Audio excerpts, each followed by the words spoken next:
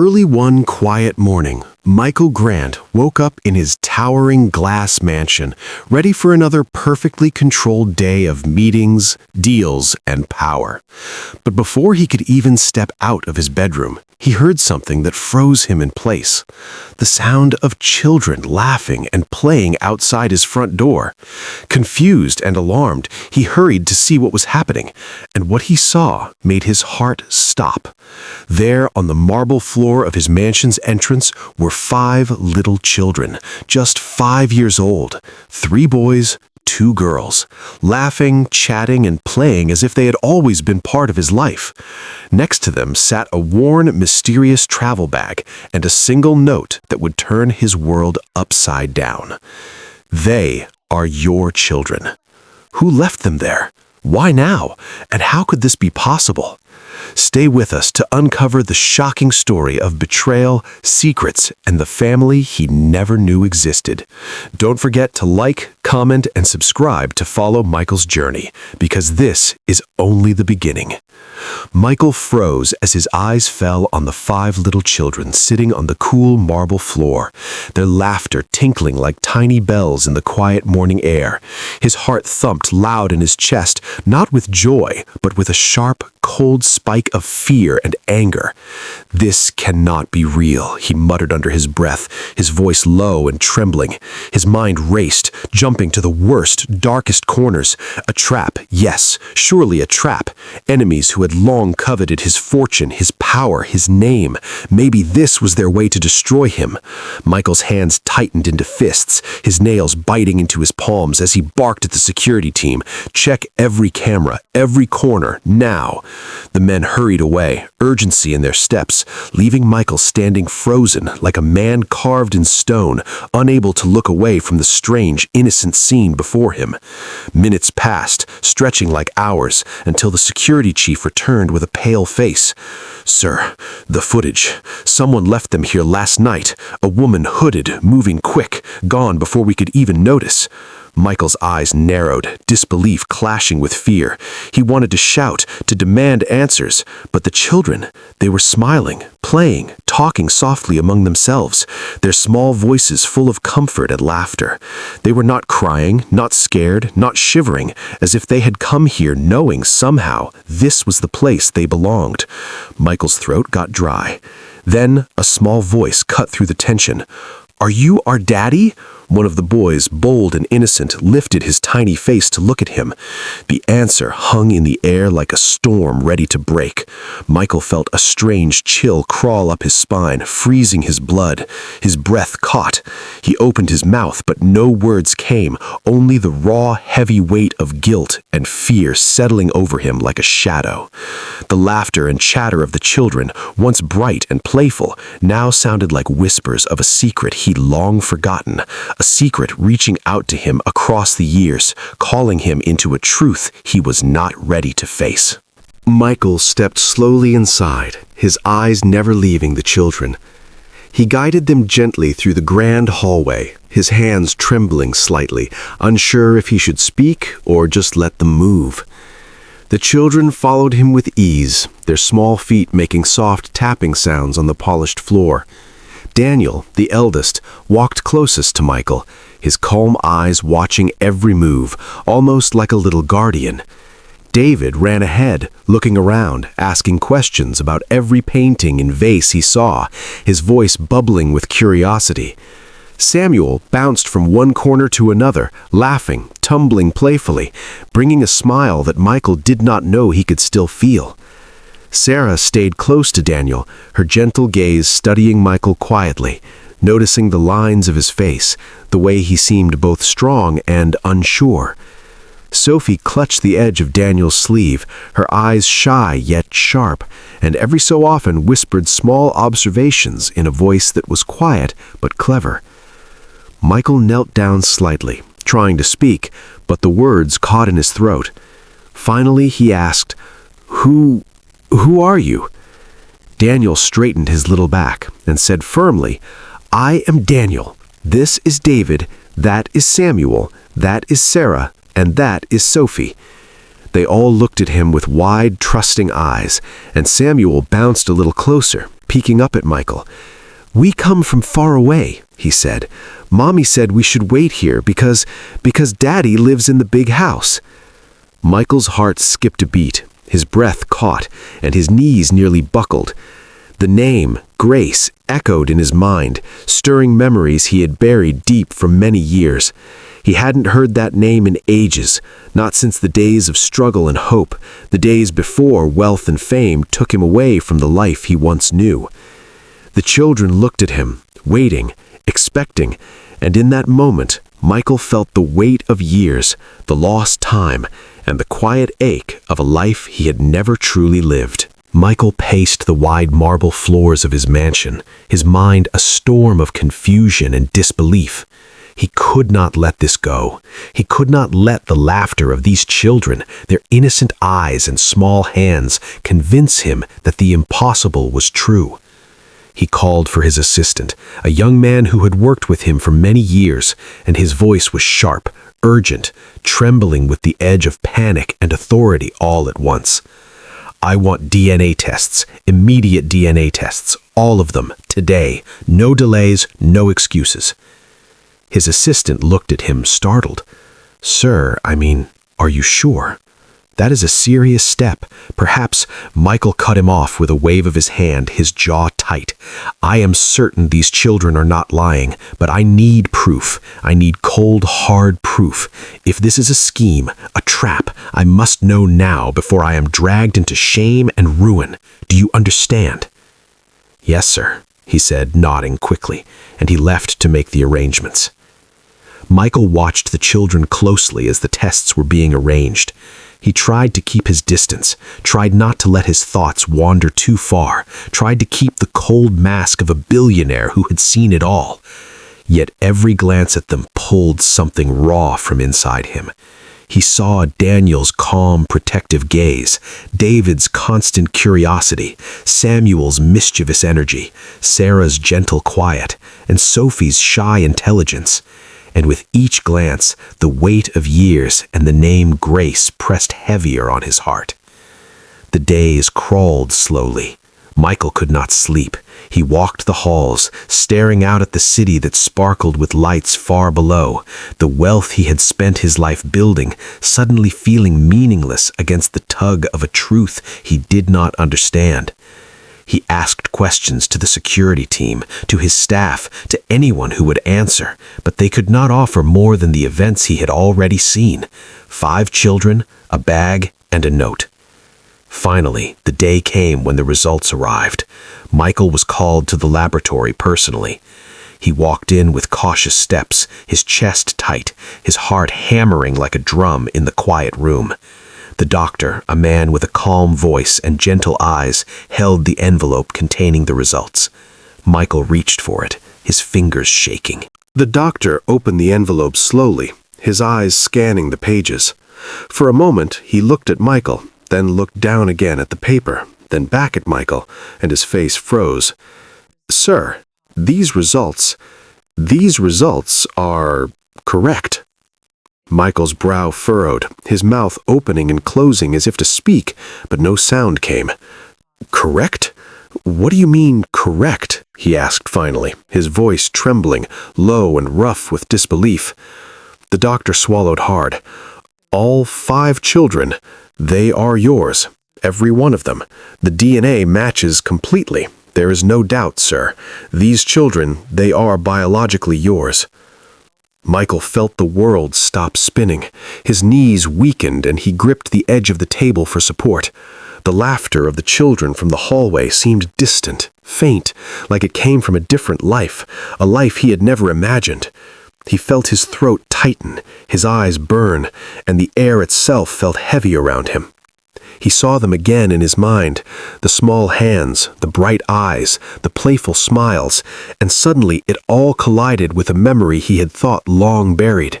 Grace, the woman he had loved, the woman who had believed in him, the woman who had raised these children alone. His breath caught, and he whispered almost to himself, "No, it cannot be. It cannot be real." And yet, it was real. Every test, every number, every match said the same thing. The children were his.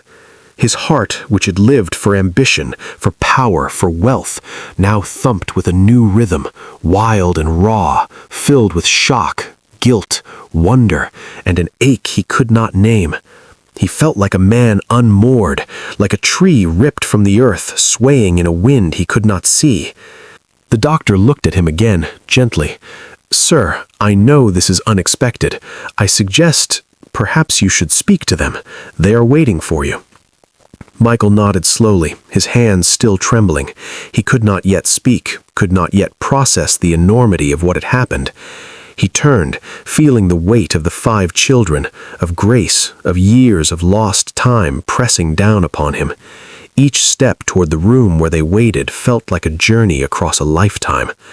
And as he opened the door and saw them, innocent and trusting, his heart felt like it might burst, and he knew nothing in all his wealth or power had ever been as real, as urgent, as alive as this moment. Michael sank slowly into the chair by the grand window, the morning light spilling across the marble floors, soft and warm, but unable to touch the chill that had settled deep inside him. The 5 children sat on the rug before him, small and quiet now, their eyes bright and curious, yet holding a seriousness that made his heart twist. He took a deep breath, trying to find the words, trying to speak, but his voice felt heavy, as if it had been swallowed by the weight of the years and the mistakes he had made. Tell me about yourselves," he said finally, his voice low, trembling just enough to betray the storm inside him. Daniel, the eldest, straightened and spoke first, his calm voice steady, almost like a little man who had learned responsibility too early. "We wake up early," he said. "Mommy tells us to sweep the floors and wash our hands. Then we help her with food if she can find any." David's eyes sparkled as he jumped in, excitement spilling over. "Sometimes we play outside. We run through the small street near our house, and we chase chickens and make little boats from leaves and sticks. And sometimes, if we are very lucky, a neighbor gives us oranges or bread, and we share them." Samuel could not sit still. He bounced slightly on his knees and laughed. "I fall down a lot, but Daniel says I am strong, so I get up. Mommy laughs when I fall. She says, 'You are brave, Samuel, brave like your father.'" Michael's chest tightened at that, the words slicing through him like a sharp wind. Like me?" he whispered, barely audible. Sarah, gentle and quiet, spoke next, her voice soft like the rustle of dry leaves. "Sometimes we don't have enough food," she said. "Mommy works very hard. She cleans houses, sells vegetables, and carries heavy things for people. But she always tells us, 'Your father is a good man. One day he will take care of you.'" Sophie, the shyest, held her hands together and nodded. "She says we must always remember, no matter how hard it gets, our Father is good, and she tells us we must wait for him." Michael felt the air leave his lungs in a sudden rush. He leaned forward, resting his forehead in his hands. The guilt he had carried all these years pressed down with the weight of 1,000 stones. The innocence in their voices, the unwavering faith in a man they had never met, him, it broke something inside. He could see the nights they must have spent hungry, the small joys they found in nothing, the love that Grace had poured into them despite her struggles. He looked up slowly, his eyes glistening, and asked softly, Did she tell you stories about me?" Daniel nodded. "Sometimes she tells us you were a man who worked very hard, who dreamed big. She says you believed in her once, and that is why we must believe too." David jumped in. "Yes, she says you will give us a home, and that one day we will play in big gardens and eat as much as we like and laugh every day." Michael swallowed hard, his throat dry, his hands trembling. I was gone. I left her. I left all of you. I didn't know. I thought I had no time. I thought I had to build a life first. I never knew. The children looked at him with wide eyes, some fear, some hope, and yet no anger. They had been waiting for him, believing in him, carrying their mother's faith like a light inside them. Samuel leaned forward, his small hand reaching toward Michael. "It's okay, Daddy. Mommy said you were busy, but now you're here." Daniel placed his hand gently on Samuel's shoulder, and Michael felt the warmth, the simple, honest trust of 5 small children, and the weight of years of mistakes pressed harder. Michael stood in the middle of the grand hall, the 5 children quietly playing with small toys on the thick carpet, their laughter and chatter mingling with the weight pressing on his chest. He felt a storm of emotions he could not name: guilt, fear, wonder, and a deep longing all at once. He called his assistant close, his voice low but firm, carrying the urgency of a man desperate for answers. "I want to find her. Grace, I want to know where she is. I want to speak to her," he said, each word heavy with the weight of years. Every place she could be, every neighborhood, every friend, every person who might know, I want to know, and I want it done quickly.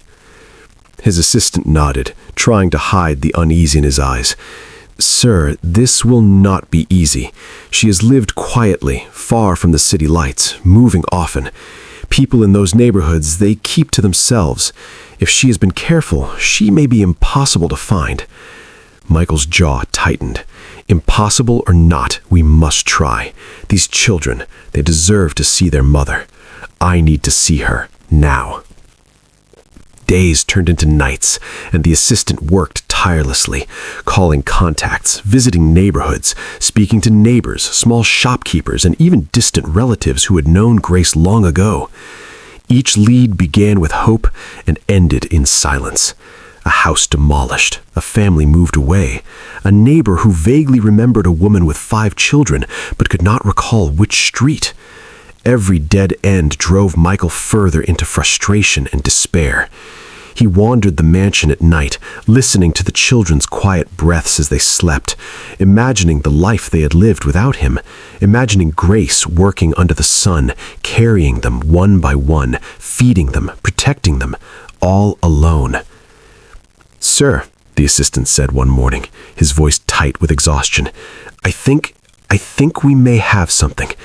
Michael turned, leaning forward, his heart pounding. "What is it?" "There's a small neighborhood, older houses, dirt roads. Some people remember her, a woman named Grace. She has been here before. She had children, 5 of them. People say she moved often, but they remember her struggles. She has been raising them alone for 5 years.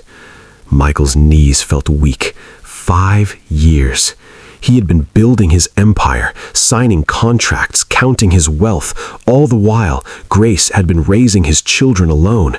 5 years of mornings he would never know. 5 years of nights he had not kissed them. 5 years of sacrifices he had never seen. He sank into the chair, his head in his hands. All this time she has carried them, fed them, loved them, without me. And I was too blind, too greedy, too selfish to even think of her. The assistant spoke softly, careful not to disturb the fragile moment. "Sir, we can find her. She may be sick, retired. She may need your help. She needs you now." Michael lifted his head, his eyes shining with tears, the weight of years pressing down on him. "I will find her. I will. I don't care how far, how hidden, how impossible. I will find her. I will not let her carry this burden alone any longer. These children, my children, they deserve her. And she deserves me." The mansion was quiet, except for the faint sound of the children's play. But in Michael's heart, a storm was growing, a storm of determination, hope, and fear. He could see them now, these little ones who had never known the full warmth of their father's arms. He imagined Grace, tired and worn, working through the long days, the sun burning her back, her hands rough and calloused, her heart full of love and worry. He imagined the nights when she whispered to them about him, trying to keep their hope alive, and he knew with every fiber of his being that he could not fail them again. Yes, he whispered to himself, the words firm, resolute, echoing in the high ceilings of the mansion. We will find her. We will bring her home, and I will make this right. The assistant nodded, silently leaving the room to begin the next phase of the search. Michael watched the children, their small faces filled with trust and innocence, and he felt a deep aching sorrow for the lost years, for the time stolen, for the love that had been kept from him and them. And yet, beneath the sorrow, a flicker of hope burned. A hope that soon, finally, they would all be together, and that Grace, his Grace, would not have to walk the path alone anymore. Michael sat silently in the quiet of his study, the children quietly playing nearby, their small laughter drifting like soft music through the air, and his mind began to wander, carried away on memories he had never lived but had begun to see in flashes, visions of Grace, of struggle, of love he had long ignored. In his mind he saw her waking before the sun, the dim light of a small, cramped house barely reaching the corners as she prepared breakfast for 5 small children whose laughter and cries filled the tiny rooms.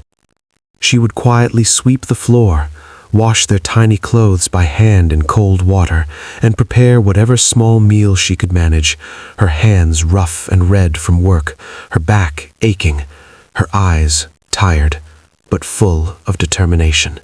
He saw her walking down dusty streets, balancing groceries in large baskets on her head, 5 little hands clutching her skirts, 5 small voices calling after her, asking questions, telling stories, laughing and crying in turn. Sometimes the groceries were not enough. Sometimes the bread was stale. Sometimes the soup was thin, but she never let the children know the hunger she felt.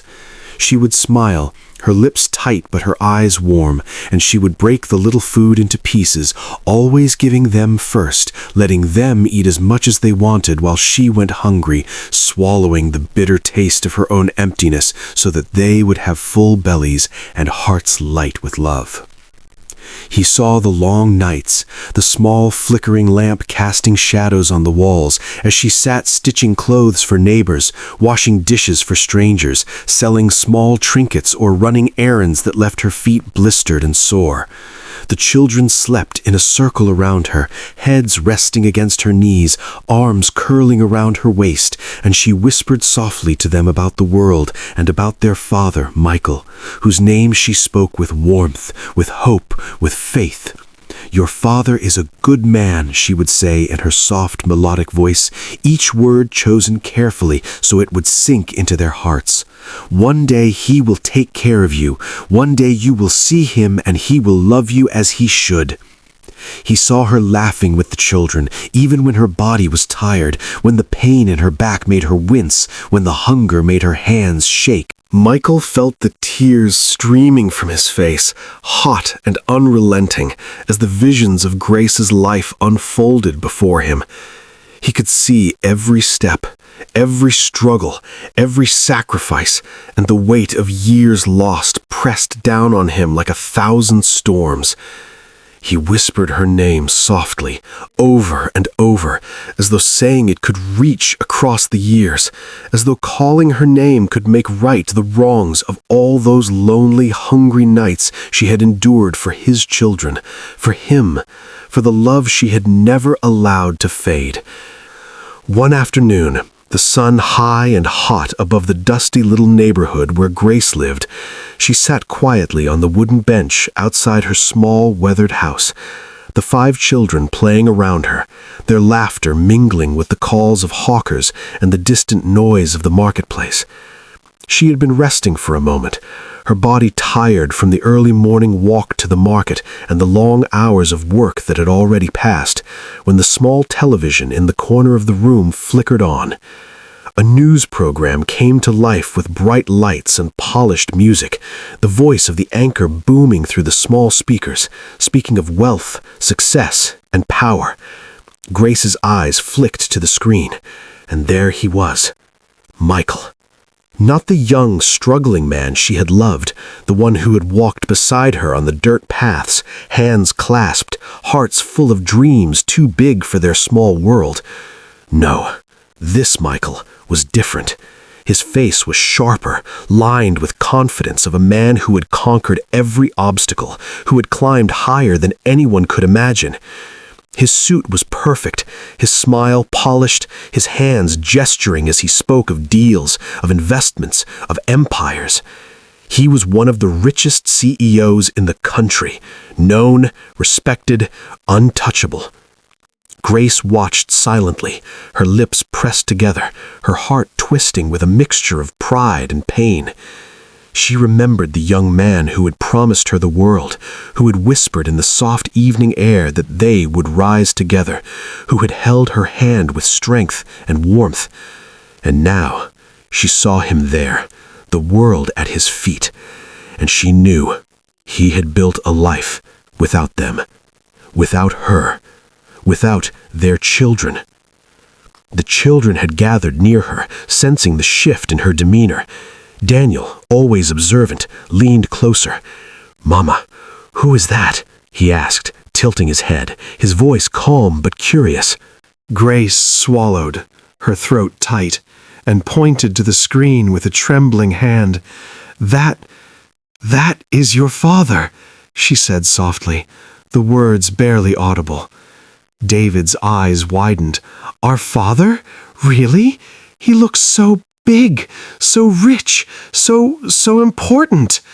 "Yes," Grace whispered, a lump forming in her throat, her eyes never leaving the screen. Samuel, unable to contain his excitement, bounced a little on the bench. "Mama, does that mean he can come play with us? Can he take us to big houses? Can he give us toys and sweets and gardens?" Grace's hand flew to his shoulder, steadying him, forcing herself to smile through the ache in her chest. Not yet, my little one," she said gently, her voice cracking just a little. We must wait and see. We do not know if he remembers us. We do not know if he knows what he has left behind." Sarah leaned against Grace, her small hand clutching her mother's arm. But Mama, if he is our father, shouldn't he come? Shouldn't he find us? Shouldn't he love us?" Grace's eyes filled with tears, the dusty light catching them like small jewels she could not wipe away. I do not know," she whispered, her voice breaking. "I do not know what he feels. All these years he has been far away. He has been living a life without knowing the weight, without feeling the hunger, without holding you when you cried, without seeing the world we have lived in. I did not tell you, my children, because I could not let you carry the pain that is mine. I could not let you carry the burden of his absence." Sophie, the shyest, tilted her head, her small voice barely a whisper. "But, Mama, he is our father. He is ours. Why did he leave us?" Grace could not answer, could not speak the truth that would crush their small hearts. She shook her head slowly, her hands gripping the edge of the bench. He did not know. He did not know. He was chasing something he thought he needed. I cannot change the past.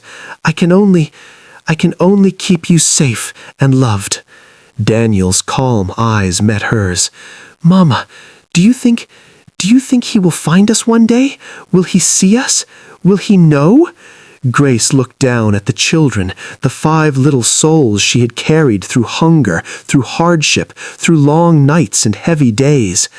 "I do not know," she said softly, "but I hope that one day he will see you, that one day he will remember, that one day he will understand the life he left behind, and he will come to us."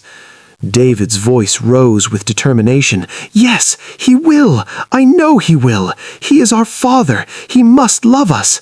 Grace could only nod, tears slipping silently down her cheeks as she watched Michael on the television, the man she had loved, the man who had promised, the man who had built a world without them.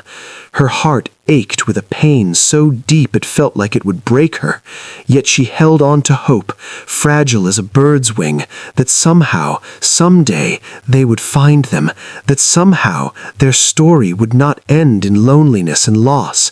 And as the children played and asked questions, as their laughter mingled with the sounds of the bustling street, Grace whispered softly to herself, a prayer for the man on the screen, for the life he had chosen, for the family he had never known. "Michael, may you see us, may you remember, may you come home." Grace woke one morning, feeling weaker than usual. Her limbs ached, her head throbbed, and the familiar strength she carried like armor through every day of struggle seemed to falter. She tried to rise, to sweep the small floor, to prepare breakfast for her children, but the effort made her stagger, and she sank onto the wooden bench, breathing hard. The children noticed immediately. Daniel, ever calm and protective, approached first. "Mama, are you all right?" Grace forced a smile, soft and tired, brushing a strand of hair from her forehead. "I am fine, my child," she said, though her voice trembled. "Just a little tired today." David, curious as ever, frowned and asked, "Mama, you look very pale. Are you sick? Should we call someone?"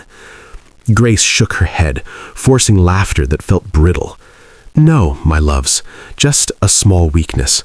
Nothing to worry about. Go play while I rest a little." But as the day wore on, it became impossible to ignore. Her chest felt tight, her head spun, and her body seemed to betray her in ways it never had before. She tried to carry water, tried to wash clothes, tried to prepare food, but each task left her exhausted and short of breath. The children watched in silence, their small hands reaching out, but they knew not how to help. Finally, Daniel took her hand and said softly, "Mama, I will not leave you alone. We will get help." Grace hesitated, her pride warring with the deep fear gnawing her heart. I suppose it is time," she admitted, her voice a whisper. "We must see a doctor." The doctor came, an older man with kind eyes and careful hands. After examining her, he took her aside, lowering his voice. Grace listened, her face paling with each word. The doctor spoke with gravity that made her stomach churn. "Grace, the tests are serious. You have a dangerous disease. Your body has been under strain for years, and it is advanced. I must be honest with you.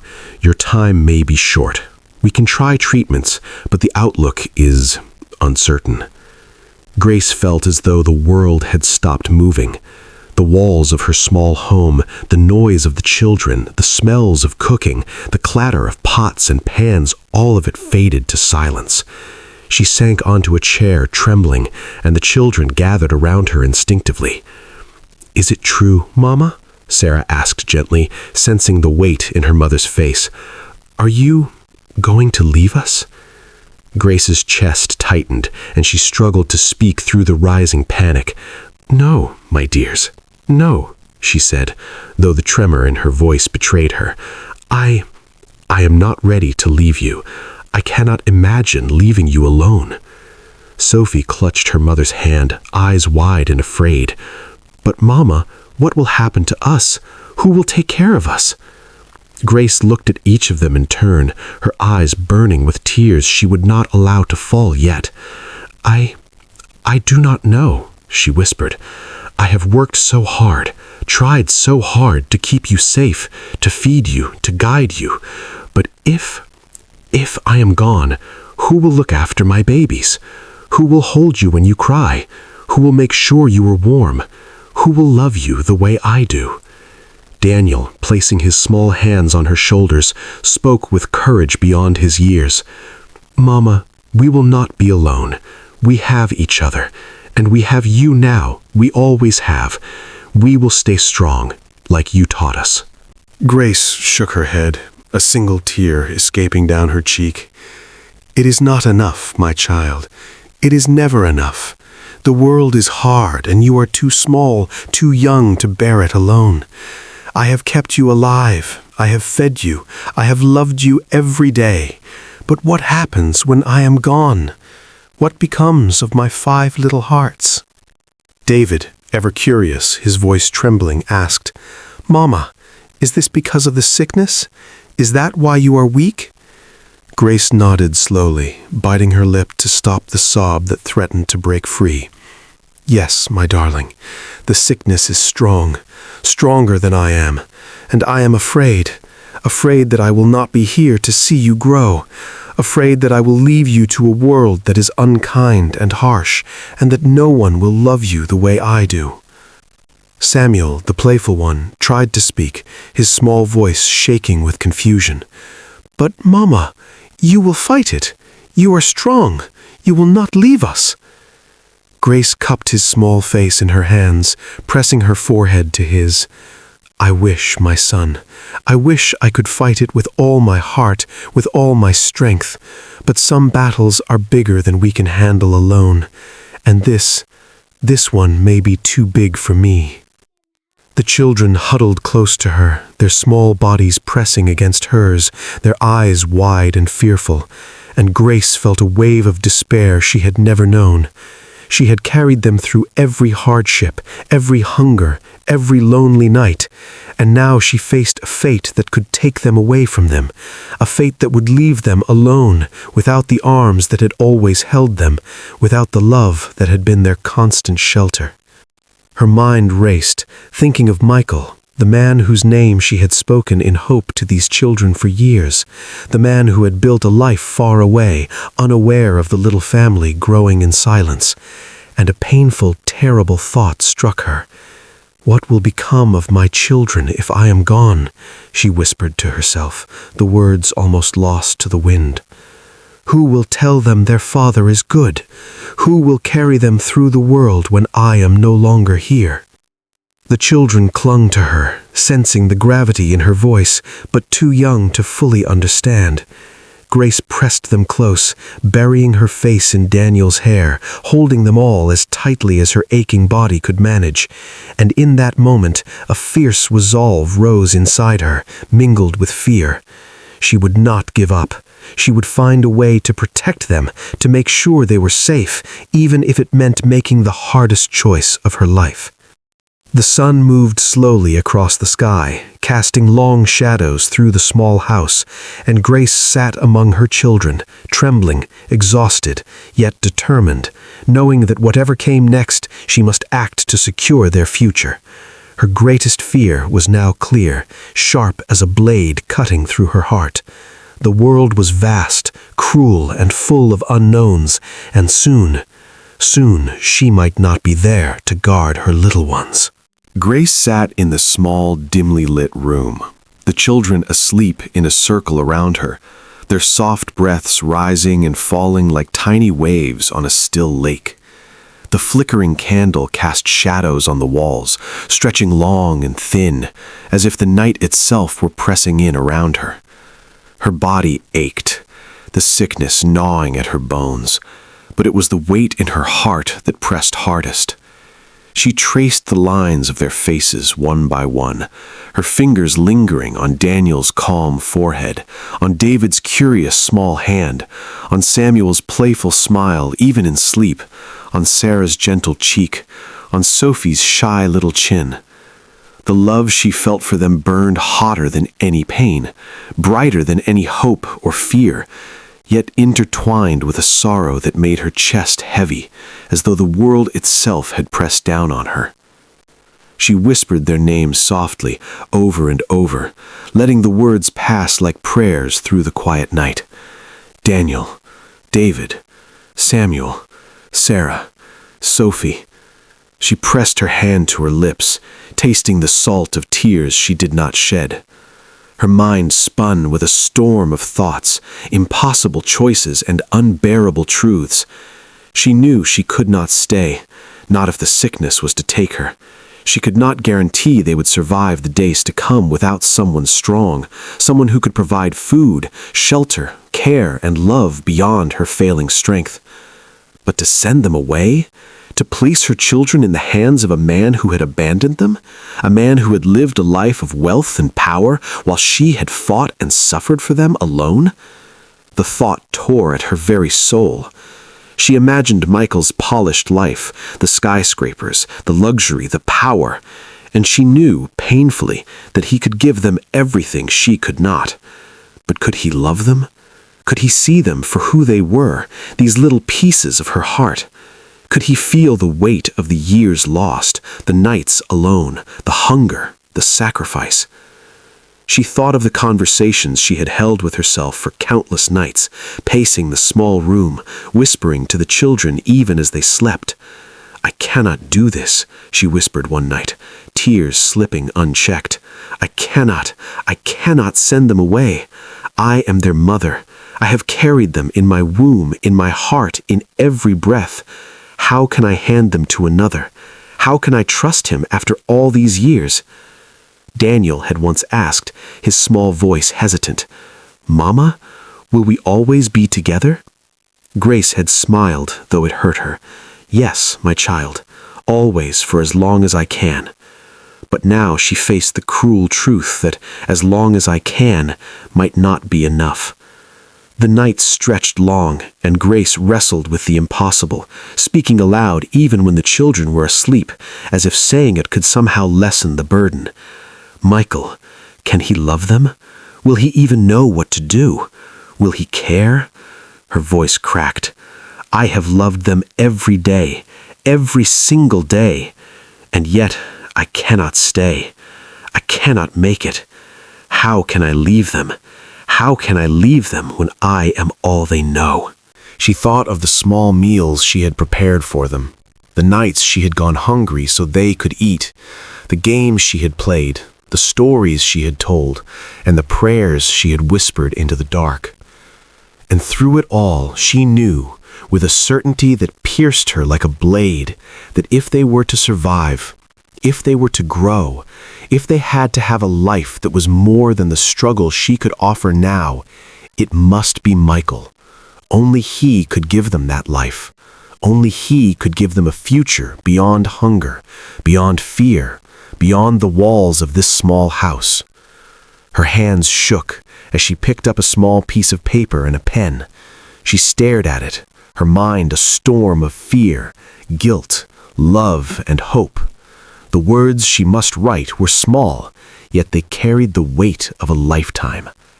She thought of Daniel's calm eyes, David's questions, Samuel's laughter, Sarah's gentle gaze, Sophie's shy intelligence, and she felt the full force of her love, fierce and protective, mingled with unbearable sorrow. Finally she wrote, her hand trembling, the ink blotting as her tears fell. Her eyes blurred, but she continued, every stroke of the pen a small sacrifice, a silent prayer, a hope she could not speak aloud. "They are your children." She placed the note carefully beside the large worn travel bag she had packed with their small belongings, clothes, and a few treasured toys. She pressed her fingers to the paper, whispered their names one last time, and held them close in her mind, imagining their small hearts trusting the world even when she would not be there for them.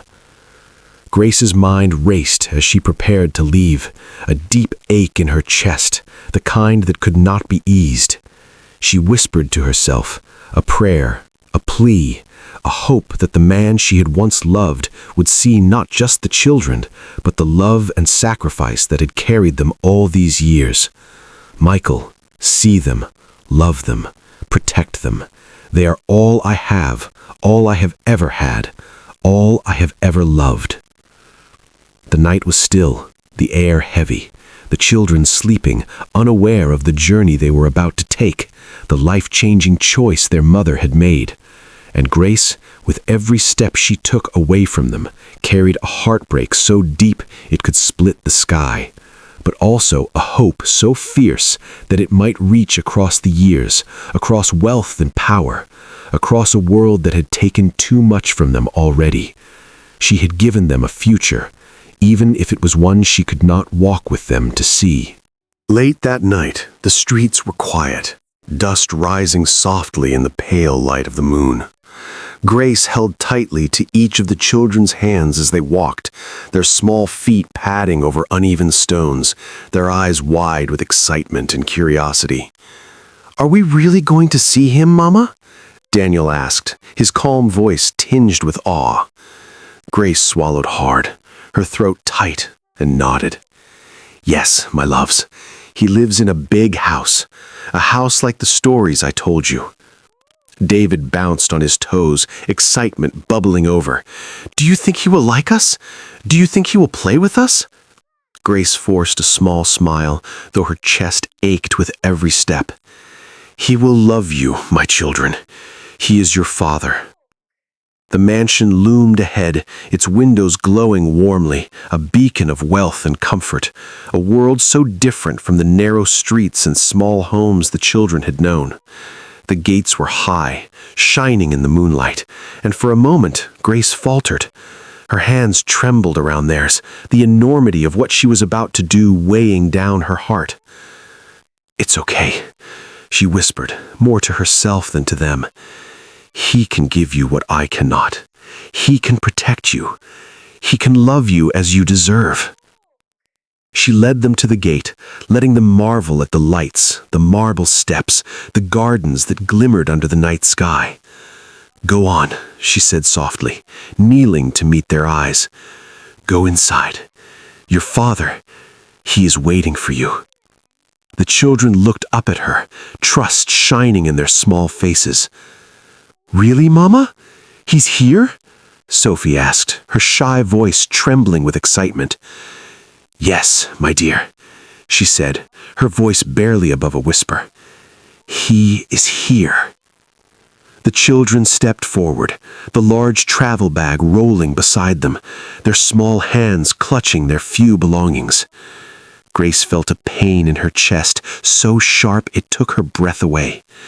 She could not go inside, could not face the man who had left them, could not see the moment she had prayed for all these years. She took a step back, hiding in the shadow of a tree, watching as they crossed the gate and approached the door. The children paused for a moment, looking up at the enormous house with awe, then at the door, waiting, trusting. Grace crouched low, her hands pressed to her face as tears streamed silently down her cheeks. She whispered into the night, her voice carrying across the quiet courtyard, a single plea, a single prayer. "Forgive me." The children did not hear, too caught up in the wonder of the lights, the mansion, the promise of a father they had been told about for years. Grace stayed hidden, her heart breaking with each small laugh and curious glance they cast toward the door, knowing she had done what she must to give them a future, even if it meant letting them go, even if it meant leaving her heart behind with every step she took away from them. The moon shone down, silver and cold, as she watched until the door closed gently behind the children, and then she turned, fading into the shadows, carrying grief and hope in equal measure, praying that one day he would love them as fiercely as she had, and that her sacrifice would be not in vain. Back in the present, the mansion felt different, alive in a way it never had before. The walls that had always echoed with silence and polished footsteps now vibrated with the energy of life. Small voices and laughter bouncing off marble floors and high ceilings. Michael walked slowly through the great halls, his hands stiff at his sides, trying to maintain some order, some control, but it was impossible. The children were everywhere at once, dashing from room to room, their little feet thudding, giggling, squealing, their hands reaching for this and that, poking at objects he had treasured for their beauty and delicacy, and now they explored without fear or hesitation. "Daddy, look!" Samuel shouted, holding up a small ornament he had found on a table. "Is this magic? Can we play with it?" Michael's eyes widened, and for a moment his lips pressed into a tight line. "No, Samuel," he said, trying to sound firm, trying to regain the authority he thought necessary. "That is not a toy. Be careful." But Samuel laughed, a sound so full of joy and innocence that it made Michael's chest ache, and the tiny boy darted away, leaving Michael staring after him, a mixture of exasperation and amazement twisting in his gut. Daniel, calm and protective, came up to him, concern knitting his small brow. "Daddy, why do you look so worried? It's okay. We won't break anything." Michael swallowed hard, realizing that no matter how he tried, the house was no longer his domain. It belonged to them now, the children who had entered his life like a storm, filling every silent corner with chaos and life.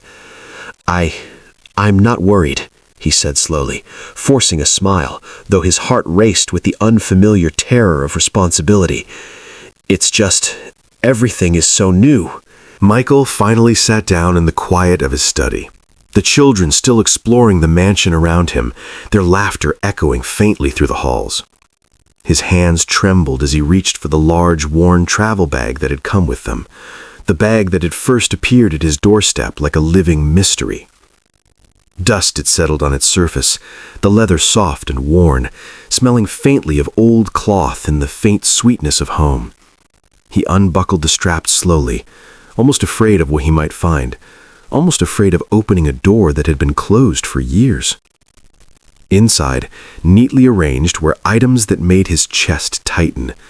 First, a stack of old photographs. He picked one up, brushing his fingers over the faded edges.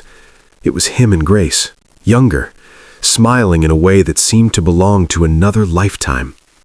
He saw the fire of their love reflected in her eyes, the hope that had once bound them together. Another photo showed her holding a tiny baby, eyes full of strength and determination, while he stood beside her, youthful and naive, unaware of the life that was quietly growing between them. Beneath the photographs, he found medical records, carefully kept. He could see the evidence of Grace's struggles, the months of pregnancy she had endured alone, the checkups she had braved without anyone beside her, the notes scribbled by doctors who had no idea the man they described in her charts would one day hold his children in his arms. Each page told a story of sacrifice, of courage, of a love that had never wavered, and Michael felt the walls of his heart crack under the weight of it. And then he saw the letter, folded neatly, the handwriting unmistakably hers. He hesitated, fingers trembling, afraid to break the fragile paper that carried the words of a lifetime. He unfolded it, his eyes scanning the lines she had written. "I never hated you. I only wanted our children to know their father. I never wanted them to grow up without the knowledge of where they came from, without the truth of their father's love. I kept them safe. I held them through hunger, through sorrow, through nights I could not bear. But I never let them forget you, never let them think you abandoned them with malice. I hope one day you will forgive me for what I must do now. I hope one day you will forgive yourself and me. And most of all, I hope you love them as I always knew you would, when the time comes for you to see them as I always saw them. Your children, our joy, our love made real in their small hands and hearts." Michael's chest tightened so sharply it hurt to breathe. The room seemed to spin around him as memories, regrets, and raw emotions rose up like a tide he could not hold back. He sank into the chair, the letter slipping from his fingers as tears streaked down his face. The laughter of the children, once joyful and distant, now seemed to pierce him with every note, every giggle, every shout, and he realized fully the depth of what he had lost, the years stolen by ambition and blindness. I never knew," he whispered hoarsely, voice breaking. "I never knew." He pressed his face to his hands, shaking, tears wetting the leather of the chair. The photographs lay scattered on the desk, the medical records spilling beside them, and the letter lay open, a testament to a love he had ignored, a courage he had not understood, a family he had never seen until now. For the first time in years, Michael Grant, the powerful, untouchable, wealthy CEO, was completely human, completely broken, completely overwhelmed by the weight of the past and the undeniable presence of the family he had never known existed. He could feel grace in every word, in every sacrifice, in every breath of the children around him. And for the first time, he let himself feel fully the sorrow, the love, the guilt, and the hope all tangled together, a storm of emotion that left him shaking, sobbing, and finally ready to begin the life he should have lived all along. Michael sat frozen in the study, the letter from Grace still clutched in his hand, his mind spinning with the weight of what he had just discovered. The photographs, the medical records, the words of love and sacrifice, they all burned in his chest. But there was something else now. A note from his assistant, delivered quietly, almost afraid of what it contained. The words were simple, yet they struck him like a lightning bolt. "She is alive," the note said, "but she is very sick. The doctors say her condition is serious. She is in a small hospital far away. They fear she may not have much time." Michael felt as though the air had been knocked from him. Alive? Alive after all these years? Alive and suffering? His heart pounded so violently he thought it might burst. He dropped the letter, all his carefully constructed composure unraveling at once, and his mind raced with guilt, fear, and a desperate hope that he could still make things right. He looked around the empty mansion, the echoes of children's laughter fading in his memory, and felt the crushing weight of every year he had lost, every day he had failed to see the woman who carried their children, every sacrifice she had made alone. I must go," he whispered hoarsely to no one, his voice breaking. I must see her. I cannot lose her. Not now. Not like this." He called his assistant immediately, voice sharp with urgency and desperation. "Where is she? Tell me exactly where she is. I am leaving at once. Do not stop me. Get the flight ready, the car, everything. I am going to her." The assistant hesitated, sensing the emotion behind his words. "Sir, she is very sick. The doctors say—" "I do not care," Michael cut in, his voice trembling with rage and fear. "I do not care what they say. She is Grace. She is the mother of my children. I am not losing her. Not again." Within the hour, Michael was on a plane, the city lights shrinking beneath him as the aircraft soared into the night sky. He barely ate, barely breathed, his thoughts consumed with the image of Grace lying in a hospital bed, frail and pale, the sickness that had haunted her for months, now threatening to take her completely from the world, from him, from their children. He thought of the children, their small hands clutching his in the mansion, their laughter echoing, their trust so absolute, and he knew that it had all come full circle. Grace had risked everything to give them to him, to let him see them, to give them a life beyond her own strength. And now she was in danger, and he had almost done nothing, had almost stayed lost in his wealth and power while she fought alone. The hours passed like days, each minute stretching endlessly as he imagined the worst, imagined arriving too late, imagined the pain of losing her, the guilt of failing again. "Hold on, Grace," he whispered into the dark, clutching the seat in front of him, heart pounding. "Please, hold on. I am coming. I swear I am coming. You will not leave us. Not like this. Not after all you have done."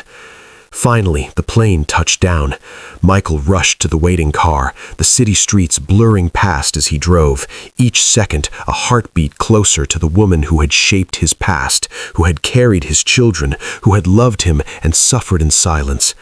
Every memory of her, the small acts of kindness, the strength in her eyes, the courage she had worn like armor, pushed him forward, faster, until the small hospital came into view, its sterile lights stark against the dark night. He leapt from the car, sprinting through the hospital corridors, ignoring the nurses and doctors who tried to stop him.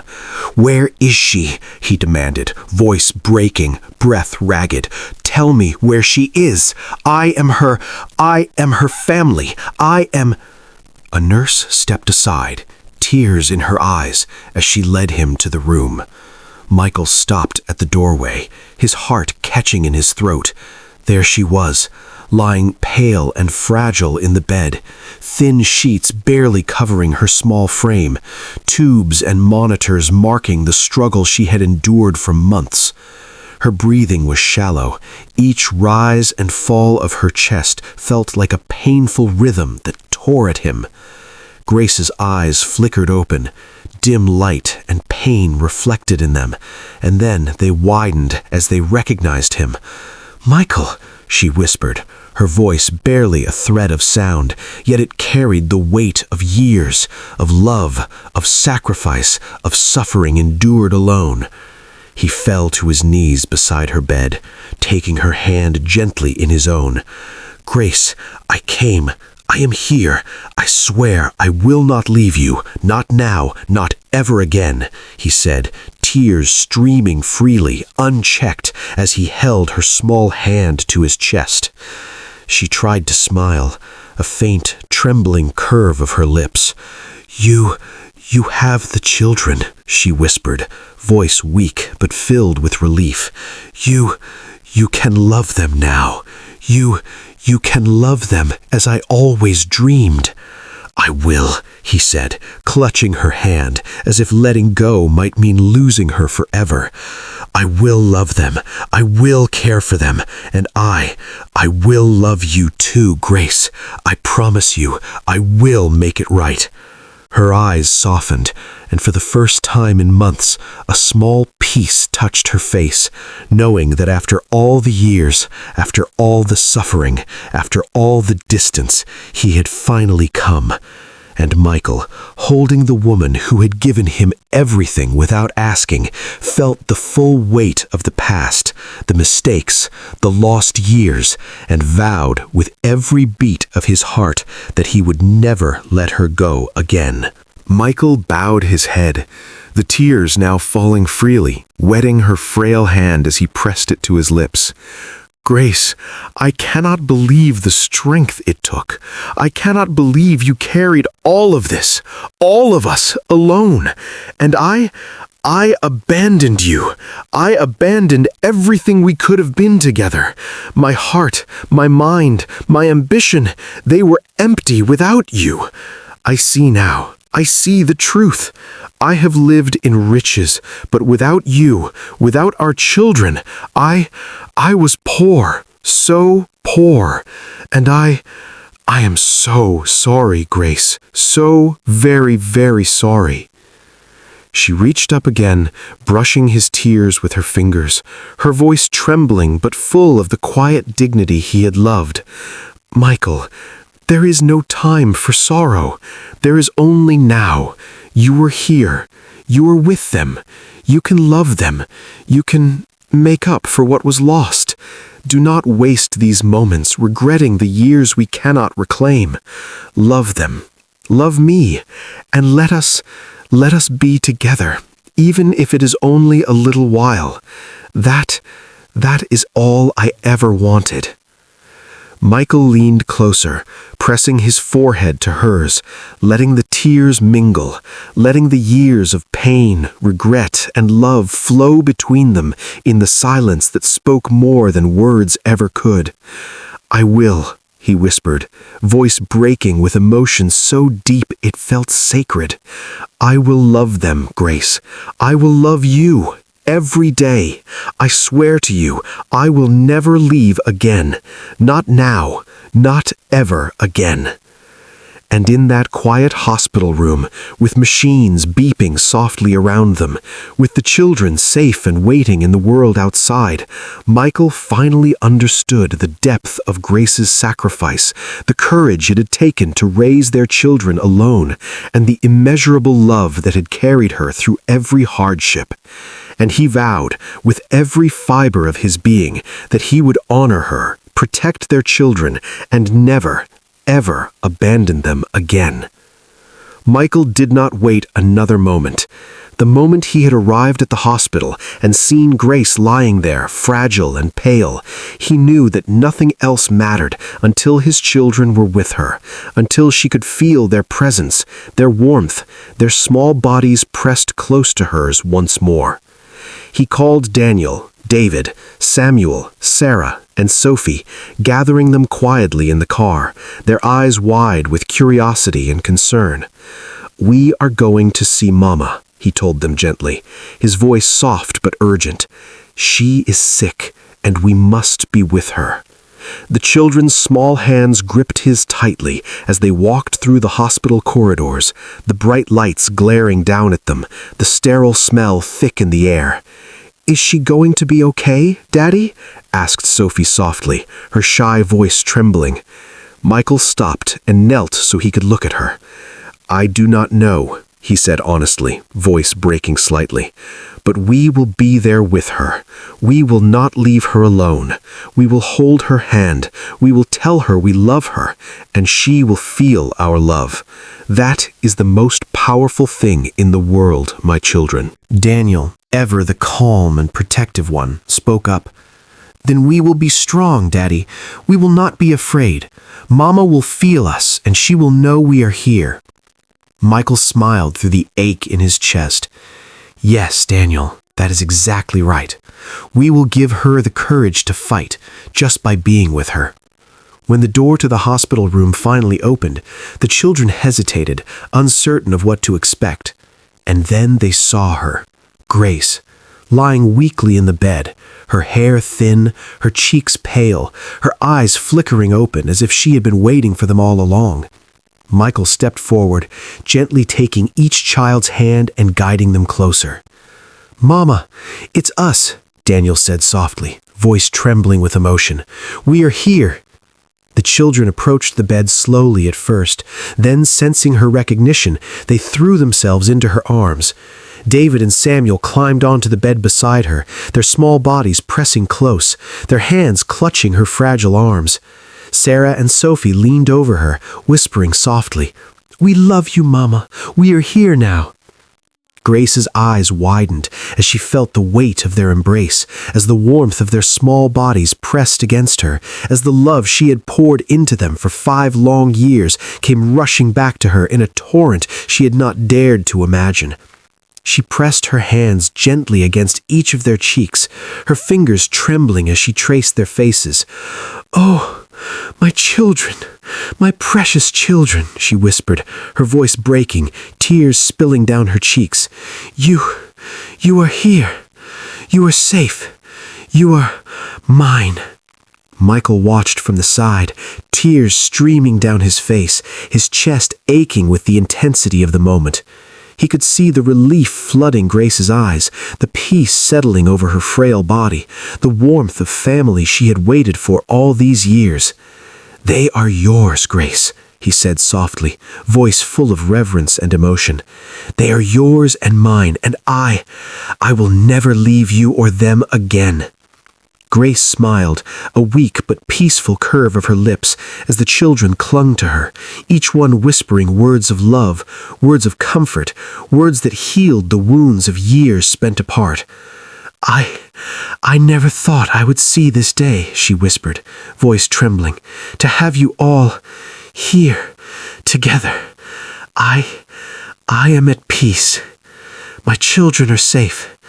I am at home." The room was filled with quiet sobs, laughter, whispers, and the gentle rustle of small bodies nestled against her. Michael moved closer, placing his hands on her shoulders, leaning down so his forehead touched hers. "You are home, Grace," he said softly. "You are safe, and we are all together now, all of us, always." The children wrapped themselves around her even tighter, and she closed her eyes, letting the love, the presence, and the warmth of her family fill the emptiness that had haunted her for so long. She felt their tiny hearts beating against hers, felt their breaths, their trust, their life. And for the first time in years, she knew that they were safe, that her sacrifice had not been in vain, that the children she had fought for, struggled for, and loved with every fiber of her being were finally where they belonged, in the arms of the family that had always been theirs. Michael walked slowly with the children through the soft morning mist, the garden of the mansion fading behind them as they made their way to the quiet cemetery where Grace had asked to be laid to rest. The children's small hands gripped his tightly, Daniel's calm fingers intertwined with his, David and Samuel bouncing nervously, Sarah and Sophie quiet and reflective. Michael felt a heavy weight in his chest, the kind of ache that words could never reach, but he knew this moment was sacred. He carried a small basket filled with bright flowers, reds, yellows, and whites, each bloom carefully chosen by the children the night before. "These are for Mama," he told them softly, voice trembling. "We are going to give her a piece of our hearts today." The children looked up at him, eyes wide, and whispered, Will she see us?" Michael knelt down, brushing a small curl from Sophie's forehead. "No, my loves," he said gently. "She cannot see us now, but she will feel us. She will feel your love in the flowers, in the words we speak, in the hearts we carry with us always." Daniel spoke first, his calm voice steady despite the tears glistening in his eyes. "Daddy, I want to tell her how much we love her. Will she hear us?" Michael nodded. "Yes, Daniel, she will hear every word, every heartbeat, every whisper. She is always with you." They reached the small grave, a simple headstone engraved with Grace's name, surrounded by a few trees that swayed gently in the wind.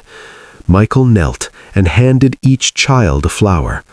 "One by one," he instructed softly, "we place these on Mama's grave. Tell her what you feel in your heart." David went first, laying a bright yellow bloom down, whispering, "Mama, we love you. Thank you for bringing us into the world. We will always remember you." Samuel followed, bouncing slightly but holding the flower steady. "Mama, we miss you. We are here, and we will make you proud. We love you forever." Sarah laid her flower gently, her voice quiet. "Mama, thank you for everything. I will be strong like you were. I will love Daddy and the children, and I will always remember you." Sophie, shy as ever, leaned close to Michael, then carefully placed her bloom on the grave. "Mama, I love you. Thank you for protecting us, for loving us, even when you were alone." Daniel, ever the protective one, took his flower last, kneeling and resting it beside the others. "Mama, we will keep our family safe. We will love Daddy. We will never forget you. You are part of us forever." Michael placed his own flower on the grave, bowing his head. "Grace, my love, I failed you once, but I will never fail your children. I will protect them, love them, and honor you with every breath I take. Your children are alive because of your strength, and we will carry your love always. You are not forgotten." The children huddled close to him, small arms wrapping around his neck and shoulders, their heads resting on his chest. Michael held them tight, feeling the wind move softly across the grave, as if Grace herself had leaned down to brush their hair, to whisper her blessing, to tell them that she was at peace. For the first time since that terrible illness took her, Michael and the children felt a quiet, sacred presence, a warmth in their hearts, a connection that no absence or loss could sever. The flowers they had laid were more than blossoms. They were a promise, a memory, and a bridge between the mother they had loved and the family they would continue to build together. Michael whispered softly to the children, voice thick with emotion. "She is always with us now, in our hearts, in our laughter, in every day we live. We will honor her. We will love each other. and she will never be gone from our lives." The children nodded, small tears rolling down their cheeks, but in those tears was hope, love, and the beginning of healing. And as they walked back to the mansion, hand in hand, Michael felt a deep peace settle over him, knowing that Grace's love and sacrifice would live on forever through them.